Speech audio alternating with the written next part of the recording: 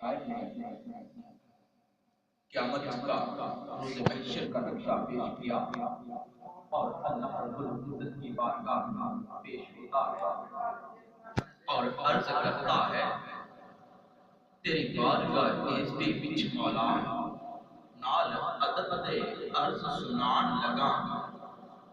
تیری بارگاہ اس بھی بچ مولا نال عدد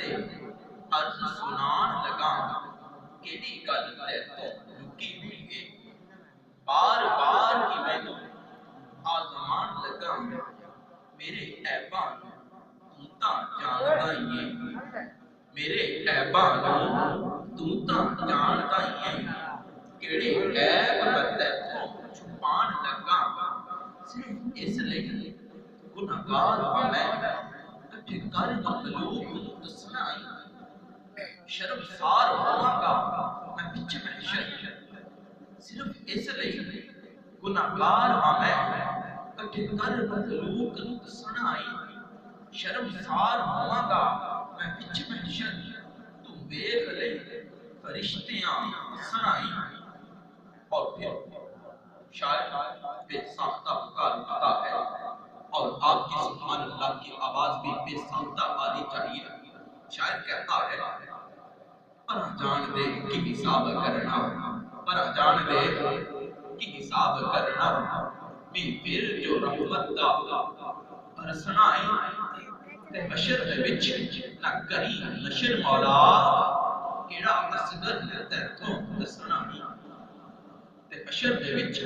نہ کری نشر مولا کیڑا اصغر تے تو نسنا اور پھر اللہ رب العزت کی بارگاہ سے آواز آتی ہے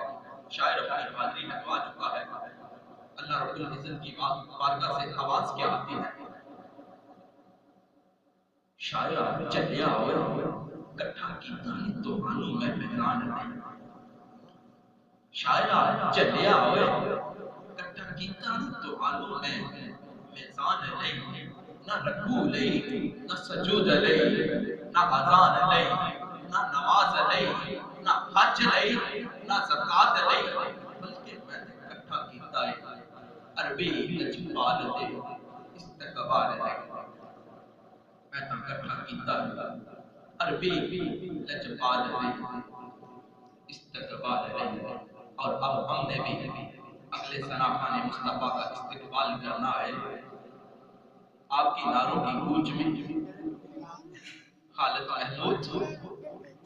المشہور کسی بھی تعارف کے محتاج نہیں